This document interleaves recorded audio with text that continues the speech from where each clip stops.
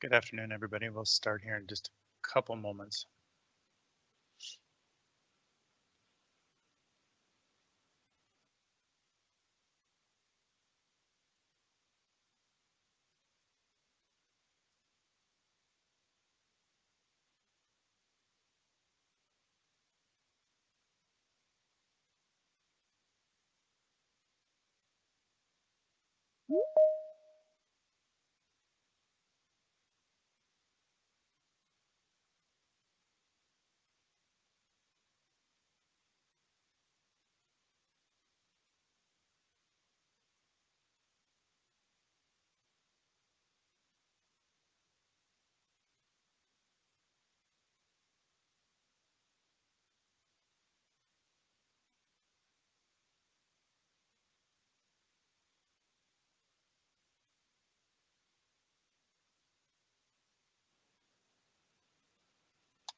All right.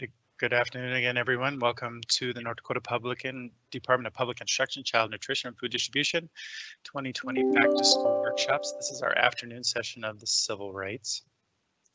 Just a few meeting notes while our presenter gets ready again.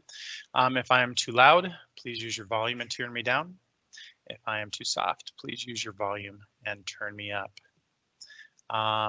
Handouts were emailed out to you.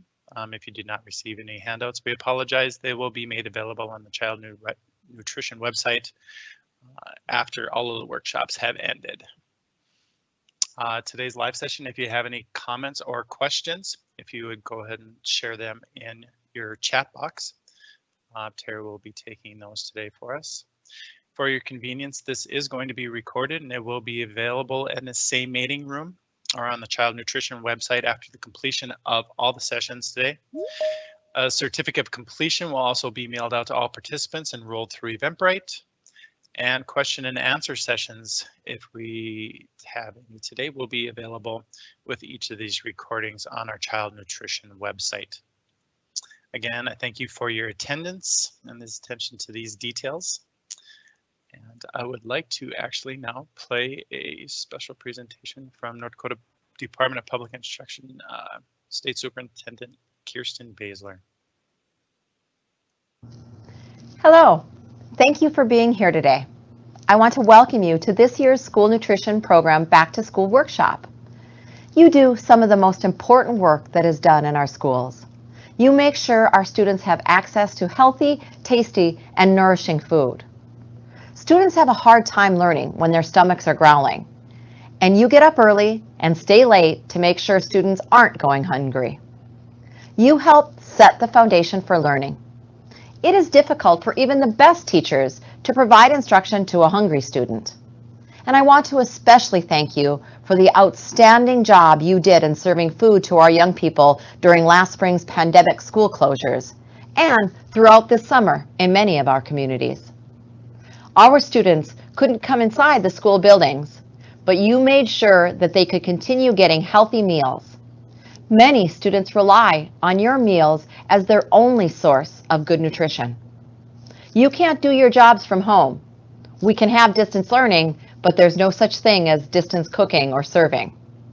You chose to set aside your own health concerns to make sure our students had healthy and nutritious food. And often you provided something extra, like a sweet note with a student's lunch. I salute your commitment to go above and beyond to serve our students. I realize that you're also facing many challenges as we look toward the upcoming school year. How will you provide enough vegetables without a salad bar? Will I have enough paper bags? Will I have a spoodle long enough to provide the proper social distancing? Each of our school districts is preparing new plans for distance learning and health and safety. The governor was clear. We must provide a safe, secure, and healthy place to learn and work. And all of you play an important role in carrying out these plans. Your dedication, your imagination, and your problem-solving skills are crucial during these uncertain and unprecedented times. Please remember that the North Dakota Department of Public Instruction Child Nutrition and Food Distribution Office is always available to answer your questions, provide technical assistance, and to help you work through the endless variety of situations that you will face. Don't hesitate to contact us for help in resolving any issues that arise. I want to thank you again for your service and your devotion to our students. You play such a critical role in our education system, and we at the Department of Public Instruction always keep that in mind. Have a great school year. Thank you, Superintendent Baszler. Now I'd like to introduce for our Civil Rights Afternoon session, our Child Nutrition Director, Linda Schleyer.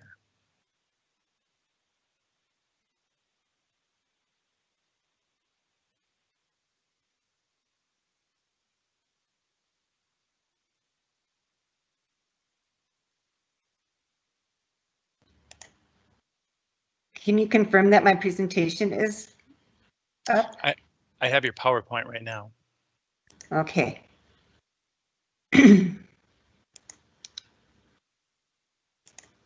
All righty, let's get started. Good afternoon. Thank you for joining us this afternoon for our civil rights training. And thank you for attending all of our sessions. This has been quite a week so far, and we have lots more for this afternoon and for tomorrow. So we're going to talk about civil rights and USDA child nutrition and food distribution programs. There are several laws that kind of form the foundation of our civil rights laws, and they go back all the way to 1964 with the Title VI of Civil Rights Act, the Title IX of Education Amendments of 1972, Section 504 of the Rehabilitation Act of 1973, Age Discrimination Act of 1975, and then the ADA Amendments Act of 2008. And these all are wrapped together into our Federal Nutrition Services Instruction 113-1 and its appendices.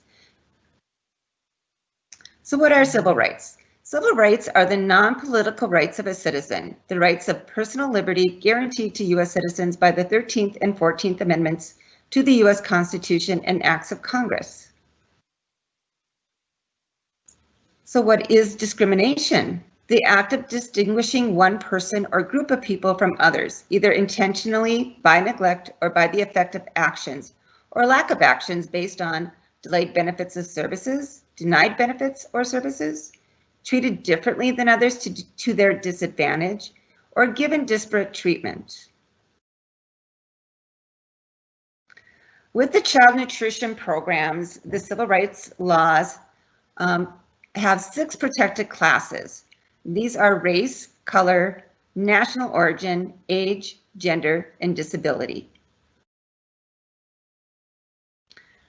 Along with the civil rights laws, the child nutrition programs are required to collect assurances from their sponsors. To qualify for federal financial assistance, an application must be accompanied by a written assurance that the entity that receives the financial assistance will be operated in compliance with all of the non-discrimination laws, regulations, instructions, etc. A civil rights assurance is incorporated in all agreements between the state and local agencies. Subrecipient agreements also include a civil rights assurance of non-discrimination, as the one shown on this screen. These assurances are binding on the program applicant and its successors, transferees, and assignees, as long as they receive assistance or retain possession of any assistance from USDA. So if you receive $1 from USDA, all of these civil rights requirements and assurances must be complied with. Civil rights training is a major part of the civil rights requirements. All staff who work with child nutrition programs must receive training on all aspects of civil rights compliance annually. The training that you're watching today meets that requirement. There are specific subject matter that must be covered.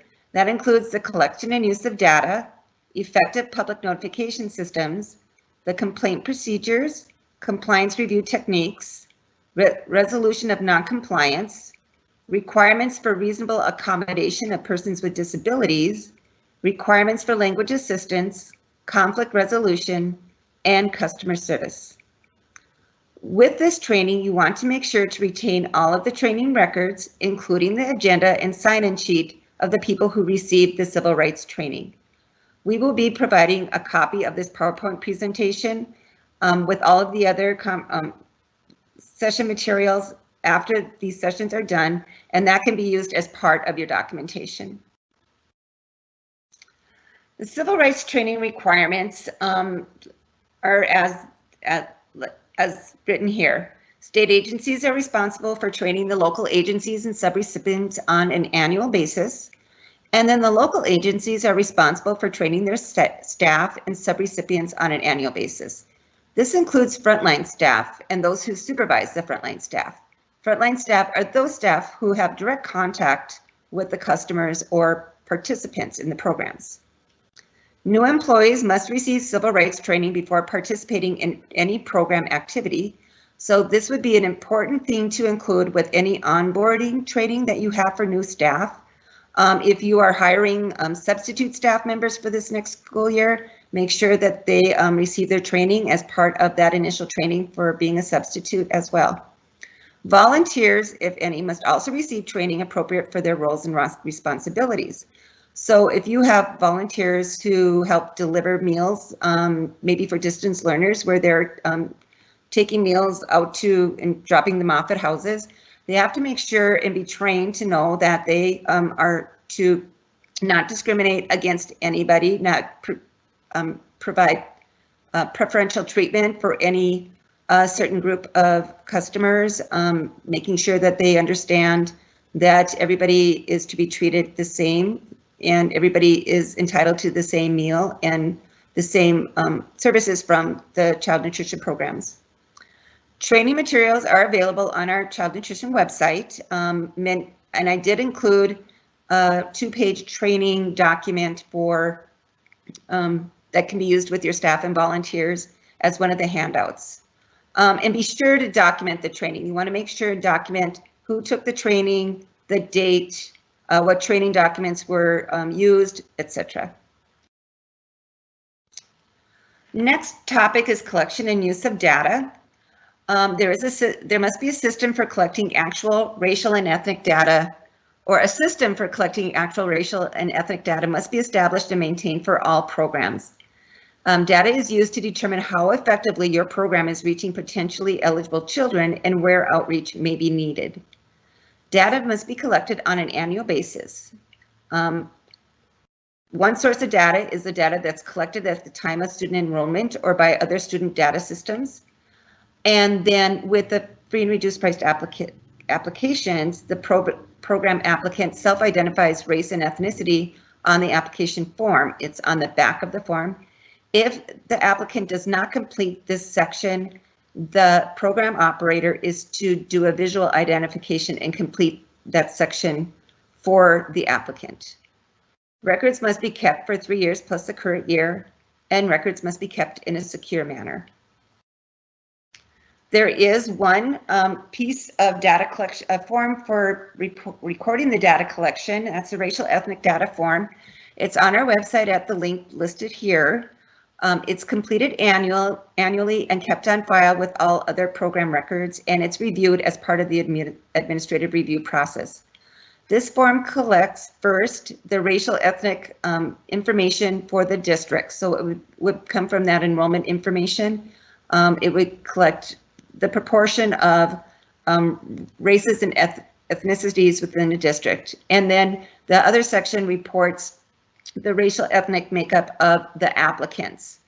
And the purpose of this form is to identify if there is a big difference between the racial ethnic makeup of the district versus the applicants. And if there is, there may be a need for additional outreach or other services or ways of trying to make sure that everybody has equal access to the programs.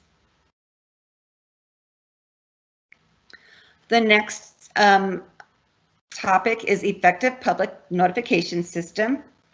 The districts must make program information available to the public upon request. There is also the requirement to prominently display the Injustice for All poster in an area where people participating in the program can see it. Another public notification requirement is to inform potentially eligible persons, applicants, participants, and organizations of programs or changes in programs. And it's also very important when you are promoting the programs or providing information about the programs to convey the message of equal opportunity in all photos and other graphics that are used to provide program or program-related information. As you can see, the graphic on this slide shows children of many different races and ethnicities, and when you're promoting your programs, you should look to try to convey that message of diversity, equal opportunity as well.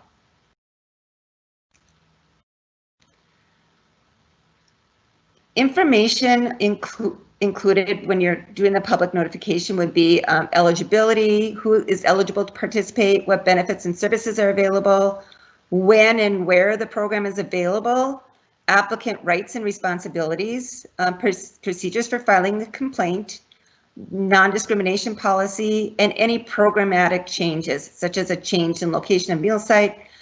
This year, it might be, there might be program changes such as serving meals to kids to take home, maybe in classrooms, grab and go, etc. The Injustice for All poster is that key piece of the public notification system. As you can see, we got new posters a couple years ago. If you need copies of posters, you can contact our office.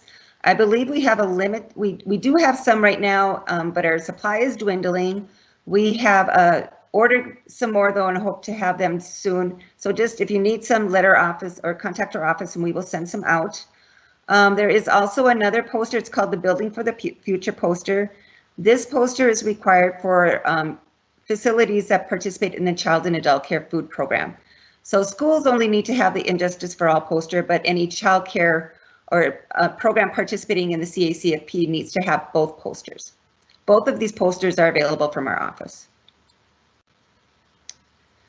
The non-discrimination statement is another key piece of that public notification. It's part of the Injustice for All poster. As you can see, it's written here, and it's used you are to use it with any information that you would send out to the public about the programs. There's actually two valid non-discrimination statements because when the new Injustice for All posters were printed, they used this version of the non-discrimination statement.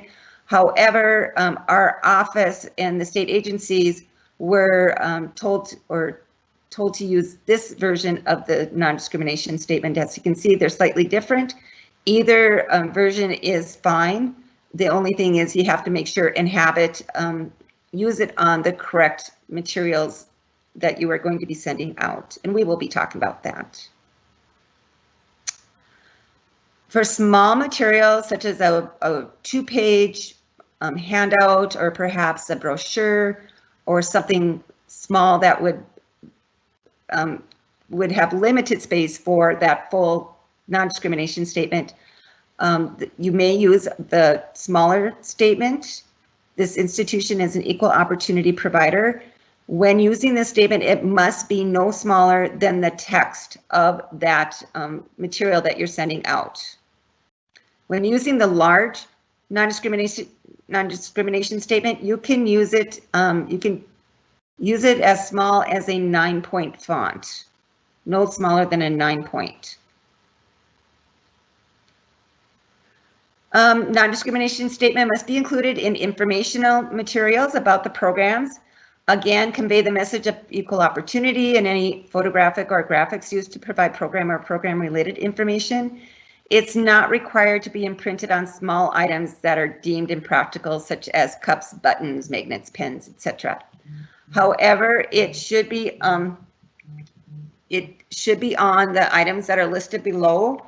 If it's, for instance, a menu, if a menu is like a 1-page calendar menu, you could just put that short little statement at the bottom. Brochures would be short statement. If there's a parent handbook, I would put the full statement in the handbook in the child nutrition section. It really depends on what you're using it for. A key thing to remember is that the full non-discrimination statement should be on your main page for the child nutrition program on your district website. So it shouldn't be on the main district website page. It should be on the home page of the child nutrition or the school nutrition programs section on the district website, where families might go to get their free and reduced priced applications or material or information about meal prices or any other information about the programs. If there's any information on there about the National School Lunch Program, School Breakfast Program, benefits, that type of thing, that would be where to have that non-discrimination statement. It doesn't need to be on every page of the website, just that home page where someone would start to search for other materials about the school nutrition programs.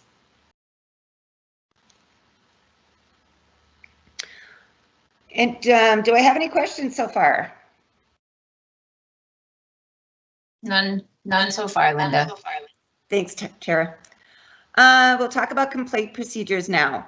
Complaints may be done written or verbal. They may be anonymous, and they may be related to any area of the nutrition program.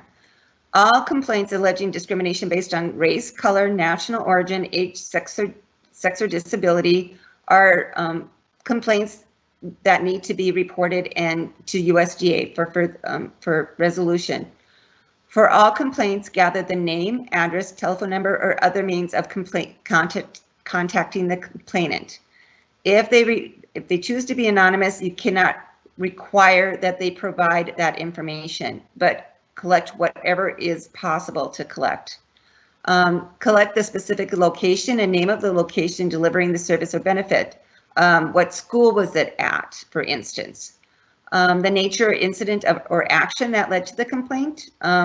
Was it a situation where somebody felt that they were being sent to the back of the line in a discriminatory manner, or not provided the same access to the same foods as others in a discriminatory manner? Whatever the background is there. The basis on which the complainant believed discrimination exists. So what was the base? Was it age? Was it gender? Was it race or ethnicity? Names, telephone numbers, titles of persons who may have knowledge of the alleged discriminatory action. So if there was any witnesses or anybody that maybe this complainant had spoken to before they filed the complaint, anything that you can collect that would be background for that. And then also making sure to include dates in which the actions occurred or the duration of the action. So was it an action that's been going on for a couple of weeks? Was it just a one-time thing? Whatever information in that manner that you can collect is also important to get. The complaint procedures are on the non-discrimination statement and on that Injustice for All poster. So if anybody is ever wondering how to file a complaint, the information is in both of those locations. The sponsors must designate an employee who's responsible for the civil rights issues, and they would be the person that would be designated to receive complaints. The individual would be should be identified to all employees, so everybody knows who is designated to receive the complaints, and the designated person should know who to contact if civil rights issues arise. In the case of a school nutrition program, that person, civil rights coordinator, would contact our office. We would then collect the information and work with our Mountain Plains regional office, who then would make sure that information gets to the national level. However, anybody can file a complaint and go directly to the national level or the USDA office, and that is at the national level. So many times, or it is possible that somebody would file a complaint and you would not even know it until we would be notified from our USDA office, and then that would go back down to the local level. So it can go both directions, actually.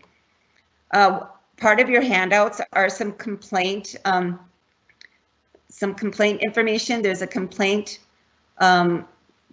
form, there's a complaint log, and then there's some complaint procedures. So make sure you have those as part of your file in case something would ever come up. You need to make sure and have those materials available so that you're ready to handle that complaint in the appropriate manner.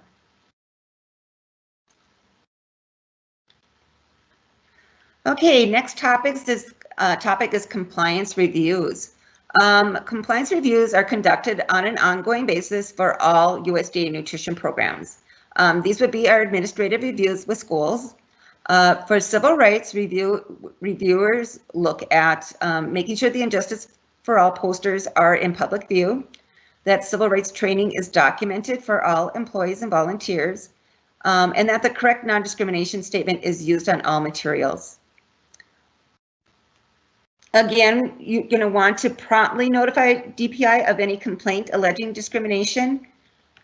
And just to clarify that FNS regulations, FNS is the Food Nutrition Services branch of USDA. Regulations apply to all private and public schools participating in the National School Lunch Program. So it's not just public, it's any sponsor that's participating in any of the child nutrition programs. So if there would be a compliance issue found during that administrative review, a corrective action plan must be implemented immediately and must achieve compliance within 60 days. And a corrective action plan is simply a plan describing the agency's actions to be taken to resolve non-compliance with civil rights requirements. So for instance, if the Injustice for All poster isn't posted, that's something that many times can easily be corrected on the day of the review. If we're doing an on-site review, our staff usually carries them with them. And so that could be something that could actually be corrected during the on-site review. So normally the civil rights compliance issues are not something really big that takes a lot of effort or time. Some examples of non-compliance: denying an individual or household the opportunity to apply for benefits or services, selecting members for planning and advisory bodies that exclude membership based on race, color, national origin, age, sex, or disability, or selecting program sites or facilities in a way that denies access to benefits based on protected classes. All right. If there's no questions, I'm going to move on to requirements of reasonable accommodation of persons with disabilities. When There's no questions currently. Okay, thank you.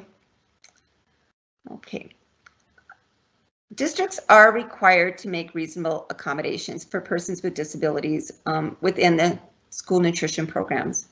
There is a consideration of the costs and resources and ability of the participants. In some instances, if it's a very, very expensive, say it's a formula for somebody that needs a special formula because they have PKU, which is a very rare disease, it might be something where the school would not need to cover that cost because a family has other means of covering the cost of that formula. Again, it's something where you have to work in partnership with the households to determine what will work best. You have to be careful of not developing stereotypes regarding certain conditions or individuals because that can never drive a decision. The decisions are going to be based on facts, usually based on information you receive from a medical professional. Lifestyle choices such as vegetarianism are not considered disabilities and need not be accommodated unless related to an underlying disability. The ADA Amendments Act of 2008 expanded and clarified the definition of disability, did not change the expectation to provide reasonable modification, but it did make very clear that the emphasis must be on providing the modification, and the disabled person does not carry a high burden of proving he or she has a disability. So the emphasis is making that accommodation, not on getting proof that they require that modification. A disability, or a person with a disability, is a person with a physical or mental impairment that substantially limits one or more major life activities. It can also be a person who has a record of such an impairment. So perhaps they're not showing any type of outward indication of that disability, but they are on record as having that impairment. or a person who is regarded as having such an impairment. Meal modifications must be made when a medical authority prescribes the modification to accommodate a student's disability. A medical authority is a doctor, or it can be a physician's assistant, it can be a nurse practitioner, anybody that can write a prescription. It cannot be a chiropractor or a health coach or somebody that is not authorized to write a prescription. A medical statement is, we do have a form available on our website, and it is within the handouts that were sent out for this session. The medical request must contain 3 essential components. The food to be avoided, in this case it says allergen. It's frequently and almost always, almost always an allergen, but it can be other things. An example I just thought of is some children that are on the autistic spectrum have very strong food aversions, and there might be a situation where there might be a medical form because this student has an extreme aversion to, say, blueberries. And so they might put it on there, no blueberries, maybe not because they're going to break out in hives, but because it's going to cause some major mental anguish to that student. A brief explanation of how exposure to the food affects the participant. It might be hives, it might be diarrhea, it might be anaphylaxis, but there should be something so that the school knows what to expect if there would be an exposure. And then a recommended substitute. So in the case of, say it's a lactose intolerance, the medical statement might say a recommended substitute would be non-lactose or lactose-free milk or soy milk or whatever would be appropriate for that. Modifications for non-disabled participants are permitted but not required.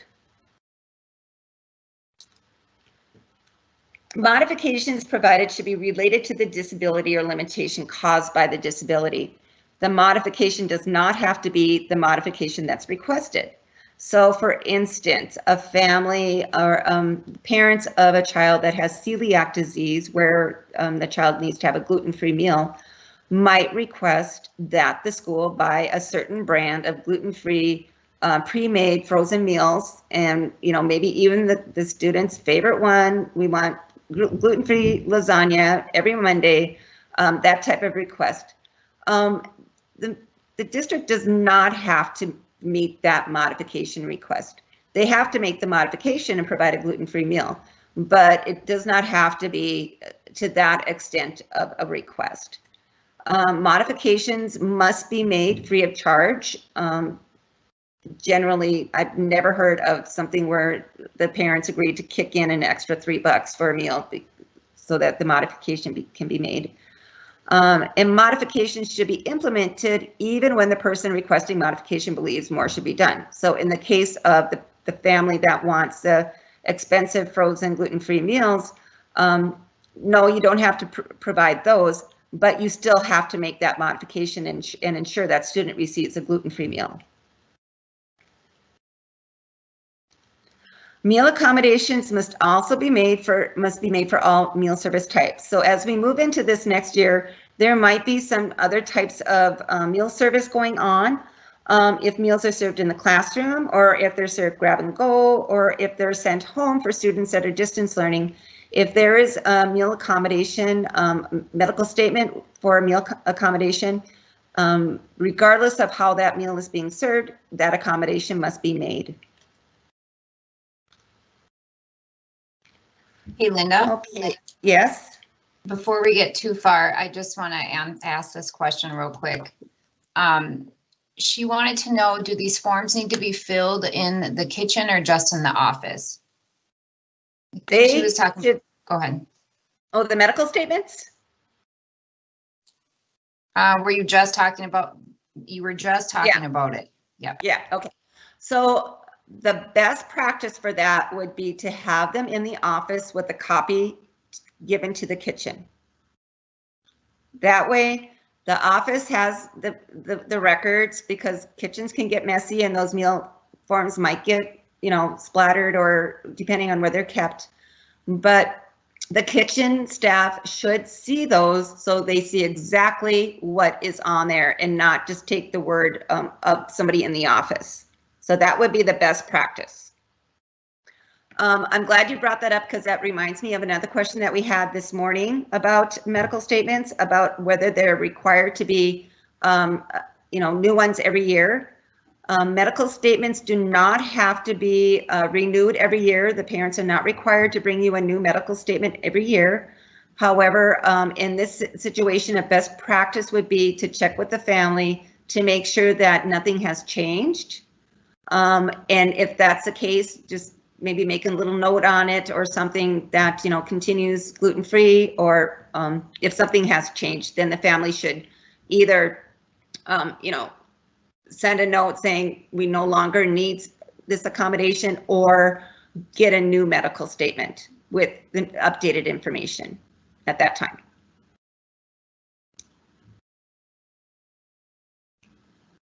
Okay. Okay, thank you. Moving on. We're going to talk about LEP, and that's Limited English Proficiency. I don't know why that acronym is really difficult for me, but LEP and program access.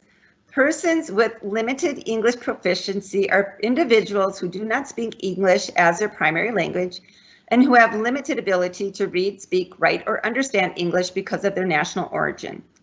Recipients of federal financial assistance have a responsibility to take reasonable steps to ensure meaningful access to their programs and activities by persons with LEP.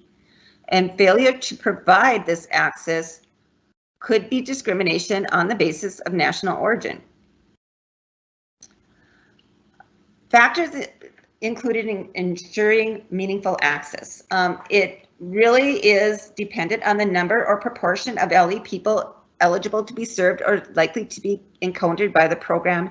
And that varies district to district, community to community. It, some of our communities are extremely diverse, others aren't. The frequency with which LEP individuals come in contact with the program. Our programs, our LEP individuals could participate up to 3 times a day with our program, so there is a frequency there. The nature and importance of the program, activity, or service provided by the program to people's lives. We're feeding kids, that's pretty important. It is an important activity or service that's being provided. And the resources available to the recipient and costs. Well, again, the resources that are available are meals to students while they learn. State agencies are required to conduct assessments to determine the language profile for their state, taking into account regional differences and updating as appropriate. Our office had a civil rights review a couple years ago, and this assessment was part of our corrective action.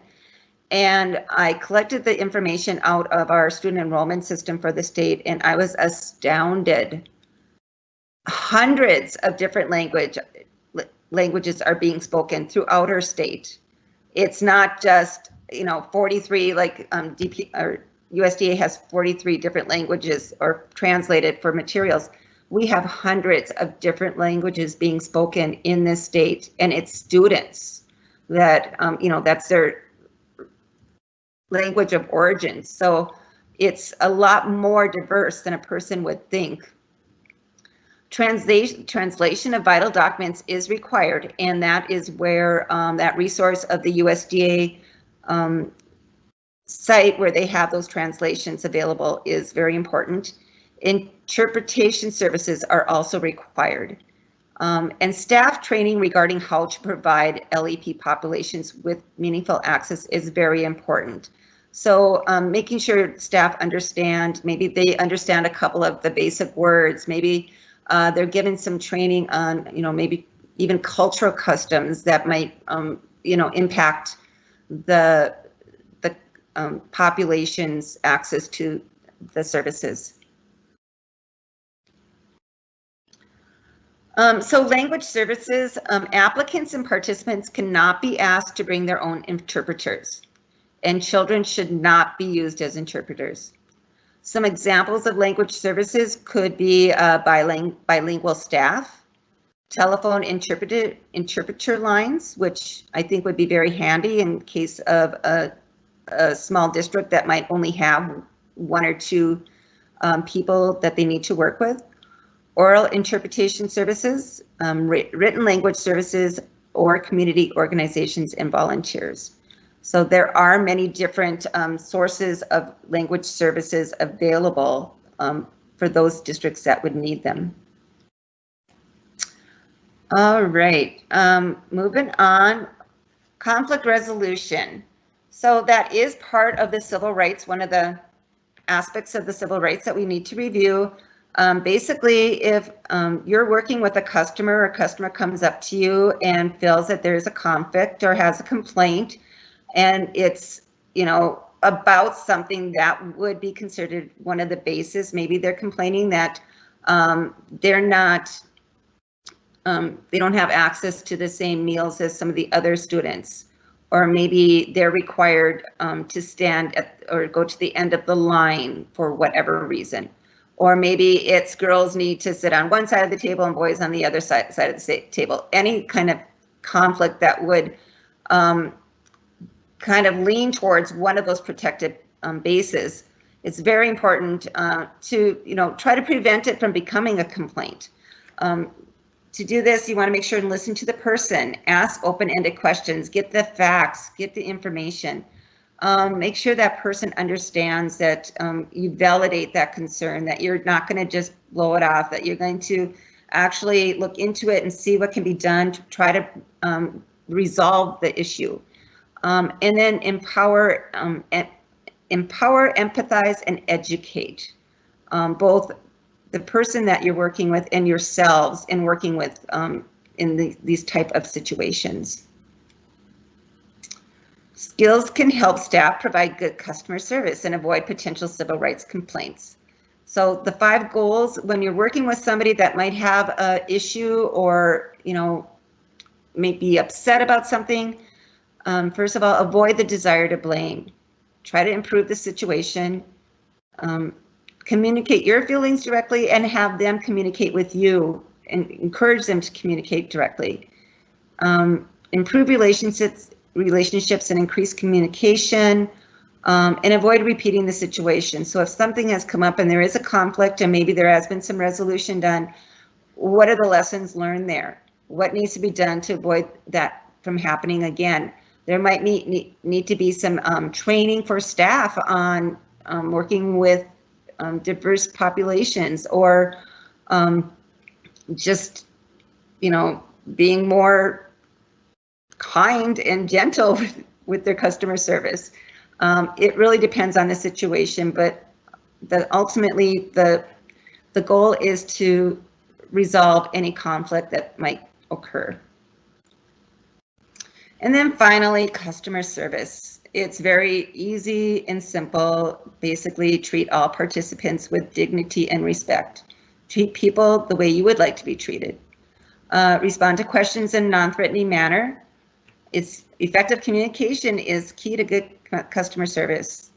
Remember that listening is one of the most important parts of communication. Try to use reflective listening and work on developing good listening skills. And ultimately, respect. If you give it, you can get it. So in summary, this checklist of civil rights requirements for the USDA nutrition programs display the Injustice for All poster prominently at all sites, include the non-discrimination statement on all forms, signage, and other communications. Through the application and enrollment process, collect racial and ethnic data and report that on that form. Accommodate disabilities and provide equal access to programs, program materials, and meals to all. Train staff on civil rights annually and remember to document the training, and show respect and dignity to all. I have time for some questions if anybody has any. There was one in the chat. How do we know when we need to make a meal accommodation for a student? How do we know if they're eating lunch or breakfast that day? Do they need to let us know ahead of time? You cannot require them to let you know ahead of time. However, you could work with that student in the household for even giving them the monthly menu or whatever menu you would have available, giving that to them ahead of time, and they can mark the days that they plan on eating. And that way you would have kind of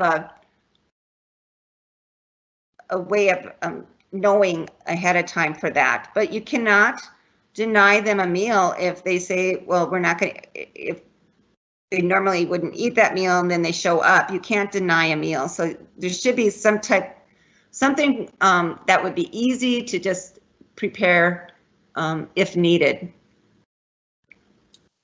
Okay, we have another one. Could you have students go through the lunch line in the order of what type of meal they choose? What type of meal they choose to have, or sit at a table according to their meal choice? I do know that some schools, there's like a choice A and a choice B, and they make the choice A people go first, and then choice B goes second. It's more for just knowing who's gonna, making it easier to serve.